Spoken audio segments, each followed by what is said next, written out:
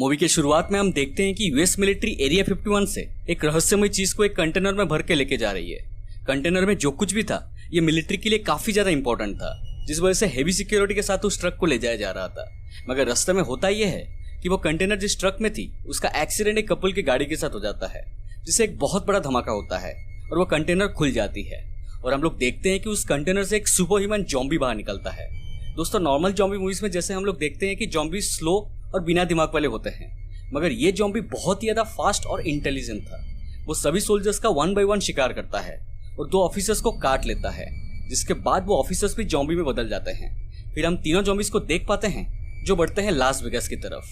फिर हम लोगों को दिखाई जाती है कि कैसे ये ज़ॉम्बीज सिटीज में घुस के लोगों के ऊपर हमला करके उन्हें काटने लगते हैं, जिसके बाद दूसरे लोग भी ज़ॉम्बीज में बदल रहे हैं। ऐसे ही धीरे धीरे पूरा लास वेगास इन्फेक्ट हो जाता है। हम लोग स्कॉट वार्ड नाम की एक आदमी को देखते हैं जो कि मिलिट्री के लिए काम करता है। वो अपने ग्रुप के साथ मिलकर बहुत सारे ज़ॉम्बीज को मार देता है, जिसके दौरान उसकी वाइफ भी इन्फेक्ट हो जाती है। अभी उसके पास और कोई चारा नहीं था, इसलिए उसे अपने वाइफ को मारना पड़ता है, इससे पहले वो दूसरों को काटना शुरू कर दे। अब ज़ॉम्बीज बहुत तेजी से बढ़ने लगते हैं, जिनको रोकना मुश्किल नहीं नामुमकिन हो रहा था। इसलिए गवर्नमेंट पूरे लास वेगास सिटी के चारों तरफ बड़े बड़े कंटेनर्स लगा देते हैं और उसे क्वारंटाइन जोन बना देते हैं, ताकि ज़ॉम्बीज उसे क्रॉस करके बाहर निकल ना पाए और इधर से कोई अंदर जा ना पाए। अब कुछ दिन बीत जाते हैं और हम लोग स्कॉट को देखते हैं जो कि अब रेस्टोरेंट में काम कर रहा था। एक दिन उसे मिलने के लिए टानाका नाम की एक आदमी आता है जो कि कुछ कैसीनोस का मालिक था और काफी ज्यादा अमीर था। वो बोलता है कि लास वेगास में भी उसका एक कैसीनो था, जिसके एक सेफ के अंदर अभी भी $200 मिलियन हैं।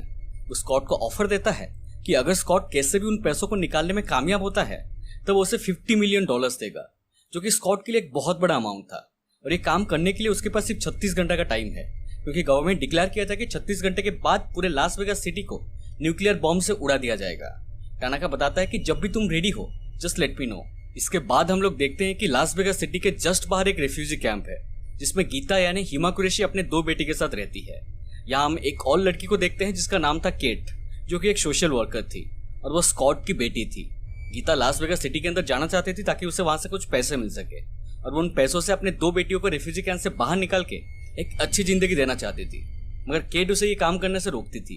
इसके बाद हम लोग स्कॉट को देखते हैं जो टानाका को बताता है कि वो ये काम करने के लिए रेडी है। फिर वो अपना एक टीम हायर करता है, जिसमें थे उसकी पुरानी टीममेट्स मारिया क्रूज और वैंडरोहा, हेलीकॉप्टर पायलट मैरियन फीटस, German safecracker Dieter, Mexican sharp shooter Mickey Guzman, जिसके साथ उसका एक और साथी चैम्बर्स भी होती है। स्कॉट अपने टीम के साथ टानाका से एक एवेंडन फैक्ट्री में मिलता है, जहां टानाका उन्हें पूरा प्लान समझाता है और अंत में वो स्कॉट से बोलता है कि उसका एक और साथी मार्टिन भी उनके साथ जाएगा और उनके ऊपर नजर रखेगा, कहीं ऐसा ना हो कि पैसा निकालने के बाद वो लोग वहां से भाग जाए। इसके बाद स्कॉट अपने बेटी केट से मिलने जाता है और उसे अपने प्लान के बारे में बताता है।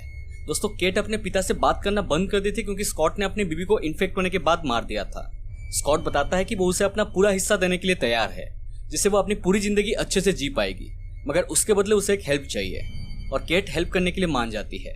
चोरी वाले दिन केट पूरे टीम को एक लड़की से मिलाती है जिसका नाम था लिली। दोस्तों, लिली एक स्मगलर था और उसे लास वेगास का कोना कोना मालूम था। यहाँ केट को पता चलती है कि गीता लिली के मदद से अपने बेटियों को कैंप में छोड़ के लास वेगास के अंदर चली गई है। वो बहुत ही ज्यादा परेशान हो जाती है और उनके साथ वहां जाने के लिए जिद करती है। थोड़ी बहस होने के बाद स्कॉट उसे अपने साथ ले जाने के लिए मान जाता है। इसके बाद लिली कैंप का एक सिक्योरिटी गार्ड बर्ट को भी अपने साथ चलने के लिए बोलता है। दोस्तों, बर्ट एक बहुत ही ज्यादा घिनौना आदमी था जो रेफ्यूजी कैंप में लड़कियों के साथ जबरदस्ती करता था। इसके बाद सब लोग कुछ कंटेनर के अंदर से पहुंचते हैं सिटी में, जहां ज़ॉम्बीज पूरे सिटी को तबाह कर चुके थे। तभी अचानक उनके सामने आता है एक इन्फेक्टेड टाइगर, जो कि बहुत ही भयानक तरीके से दहाड़ता है, मगर कुछ देर बाद वो वहां से चला जाता है। तभी अचानक लिली बर्ट के पैर में गोली मार देती है और उसे बांध के एक बेट बना देती है।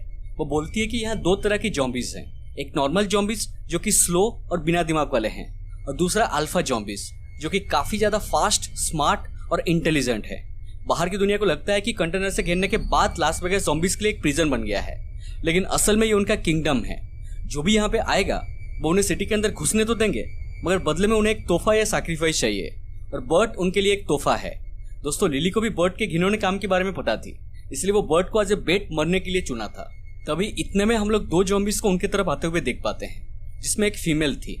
लिली कहती है कि इसका नाम ब्राइड है और ये ज़ॉम्बीज का क्वीन है। दोनों ज़ॉम्बीज पूरे टीम को देख के कुछ देर घुर्राने के बाद बर्ट को अपने साथ लेके चले जाते हैं। फिर लिली बोलती है कि वो लोग ऐसे बाहर खुद को एक्सपोज करके जाने में खतरा है, उन्हें बिल्डिंग्स के अंदर से होते हुए कैसीनो के पास पहुंचना है। इस तरफ हम लोग उन जॉम्बिस को देखते हैं जो बर्ड को लेके द ओलंपिस नाम के कैसीनो में ले जाते हैं, जो उनका एक काइंड ऑफ पैलेस था। वहाँ हम लोग जॉम्बिस का किंग जियोस को देखते हैं जो बर्ड को काट के दूसरे जॉम्बिस के बीच में फेंक देता है।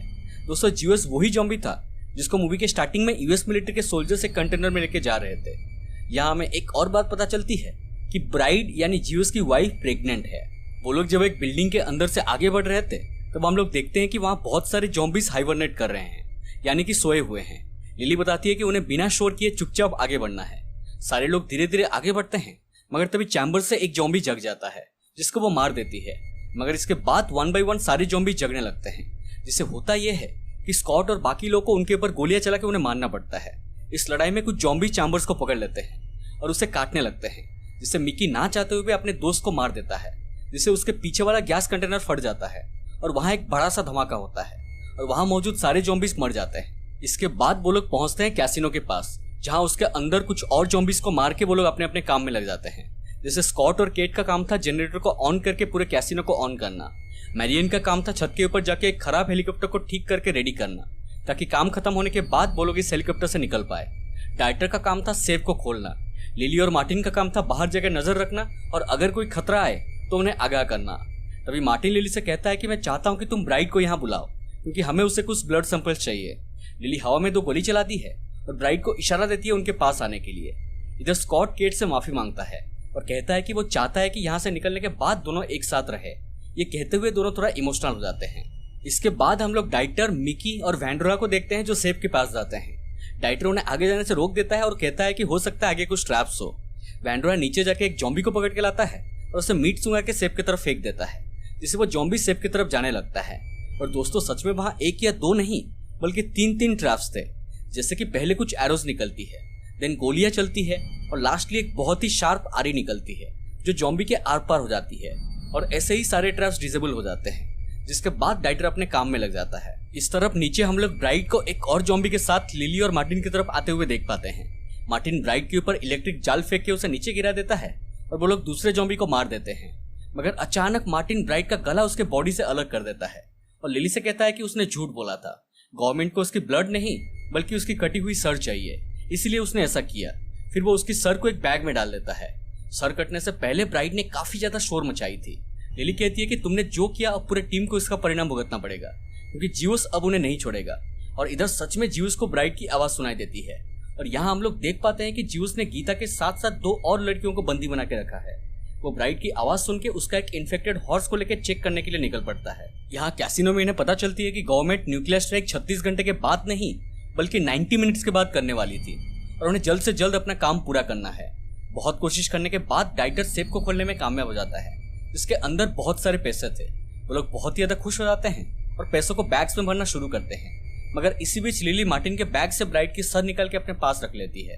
इस तरफ जियोस को ब्राइड की बॉडी मिलती है और वो उसे अपने साथ ले जाता है और अपने पूरे आर्मी को इकट्ठा करता है, जिसमें बहुत सारे अल्फा जॉम्बिस थे। जियोस अपने आर्मी के साथ इन लोगों के ऊपर हमला करने के लिए कैसीनो की तरफ निकल पड़ता है। इधर केट सबको छोड़ के चोरी छुपे गीता को ढूंढने के लिए निकल पड़ती है। हम लोग देखते हैं कि जॉम्बिस पूरे कैसीनो में घुस के उनके ऊपर हमला करने लगते हैं। स्कॉट और बाकी लोग उनके ऊपर गोलियां चला के उन्हें रोकने की कोशिश करते हैं, मगर इसी दौरान जॉम्बिस मैरिया को पकड़ के मार डालते हैं। ये देख के स्कॉट बहुत ही ज्यादा गुस्सा हो जाता है और उसके सामने जितने भी जॉम्बिस आते हैं सबको मार डालता है एक एक करके। इधर मार्टिन सबको कैसीनो के बेसमेंट में ट्रैप करके बाहर निकल जाता है और जाते जाते कहता है कि असल में टानाका को पैसों से कोई भी मतलब नहीं है, उन्हें बस ब्राइड की सर चाहिए था क्योंकि गवर्नमेंट एक जॉम्बिस की आर्मी बना रही है जिसको वो ब्राइड की हेड के थ्रू कंट्रोल करेंगे। ये कह के वो वहां से बाहर निकल जाता है, मगर बाहर उसे रियलाइज होता है कि उसके बैग में ब्राइड की हेड नहीं है। तभी उसे किसी जानवर की दहाड़ सुनाई देती है और दोस्तों ये वही इन्फेक्टेड टाइगर था। वो अचानक मार्टिन के ऊपर हमला कर देता है और उसका सर बॉडी से अलग कर देता है। इधर जियोस पहुंचता है सेफ के पास, जहाँ वैंडोरा के साथ उसका भयानक लड़ाई होता है, मगर डाइटर वैंडोरा को जान बचाने के लिए उसे सेफ के अंदर बंद कर देता है और खुद को सैक्रिफाइस कर देता है। लिली दीवार काट के एक रास्ता बनाती है तो वो लोग लॉबी में पहुंचते हैं, जहाँ बहुत सारे जॉम्बीज उनके ऊपर हमला कर देते हैं। तभी मिकी भी खुद को सैक्रिफाइस करते हुए एक बम का पिन खोल देता है और वहां मौजूद सारे जॉम्बीज मर जाते हैं। स्कॉट लिली के साथ छत पर पहुंचता है, जहाँ उनके पीछे पीछे जियोस भी आता है। लिली स्कॉट को जाने बोलता है और ब्राइड का सर निकाल के जियोस को धमकी देता है कि अगर वो 1 इंच भी आगे बढ़ेगा तो वो उसकी भर्ता बना देगी। तभी अचानक जियोस एक रॉड फेंक के लिली को दीवार पर पिन कर देता है और लिली के हाथ से ब्राइड की सर गिर जाती है और सच में उसकी भर्ता बन जाती है। स्कॉट हेलीकॉप्टर में मारियन के साथ वहां से निकल जाता है और ओलंपस कैसीनो की तरफ जाता है, क्योंकि उसे पता था कि केट अपने दोस्त गीता को ही ढूंढने गई है। नीचे हम लोग ज्यूस को देखते हैं जो अपने बचे कुचे आर्मी के साथ हेलीकॉप्टर का पीछा करने लगता है। इस तरफ हम लोग केट को देखते हैं जो गीता को खोजते हुए ओलंपस कैसीनो में पहुंचती है, जहां ज्यूस ने उन्हें बंदी बना के रखा था। वो उन्हें ढूंढ लेती है, मगर तभी उनका सामना होता है बर्ड से, जो कि अब एक जॉम्बी बन चुका था। केट किसी तरह उसे मारने में कामयाब हो जाती है, मगर फिर उनके सामने आता है ज्यूस। केट गन से कुछ जॉम्बिस को मार गिराती है और ज्यूस उसे मारने के लिए आगे बढ़ता है, मगर ठीक टाइम में वहां स्कॉट पहुंच जाता है और ज्यूस की तरफ एक बॉम्ब फेंक के उन्हें बचा लेता है। वो केट और गीता को लेकर पहुंचता है छत पर और हेलीकॉप्टर से निकलने ही वाला था, मगर अचानक ज्यूस वहां पर आ जाता है, जो कि अभी भी मरा नहीं था। वो एक छलांग मार के हेलीकॉप्टर के अंदर घुस जाता है और स्कॉट के साथ उसका एक भयानक लड़ाई होता है। स्कॉट उसे गन से मारने में कामयाब हो जाता है, मगर उससे पहले ज्यूस उसके हाथ में काट लेता है। किसी तरह मारियन हेलीकॉप्टर को लास वेगास से बाहर निकाल लेती है और एक जगह हेलीकॉप्टर क्रैश हो जाता है। और वहीं पे हम लोग देखते हैं कि गवर्नमेंट ने लास वेगास के ऊपर न्यूक्लियर स्ट्राइक कर दिया है। क्रैश में सारे लोग मर जाते हैं सिर्फ केट और स्कॉट को छोड़ के। स्कॉट भी मरने की कगार पर था। दोनों बाप बेटी कुछ आखिरी बातें करते हैं और स्कॉट कुछ पैसा चुरा के अपने पास रख लिया था, जिसको वो केट को देता है और उसे एक नई जिंदगी शुरू करने बोलता है। जिसके बाद हम लोग स्कॉट को देखते हैं जो कि धीरे धीरे एक जॉम्बी में बदलने लगता है। ना चाहते हुए भी केट अपने डैड को मारने के लिए मजबूर होती है। फिर हम लोग एक रेस्क्यू हेलीकॉप्टर को वहां पर आते हुए देखते हैं जो केट को रेस्क्यू करती है। मूवी के अंत में हम लोग वैंड्रा को देखते हैं जो कि शिप से बाहर निकलता है। दोस्तों, डाइटर ने उसे बचाने के लिए उसे शिप के अंदर बंद करके अपने आप को सैक्रिफाइस कर दिया था।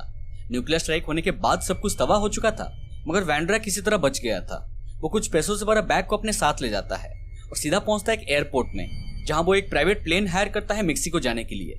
प्लेन में उसकी अचानक तबीयत खराब होने लगती है और वो देखता है कि उसके हाथ में ज्यूस का काटने का निशान है।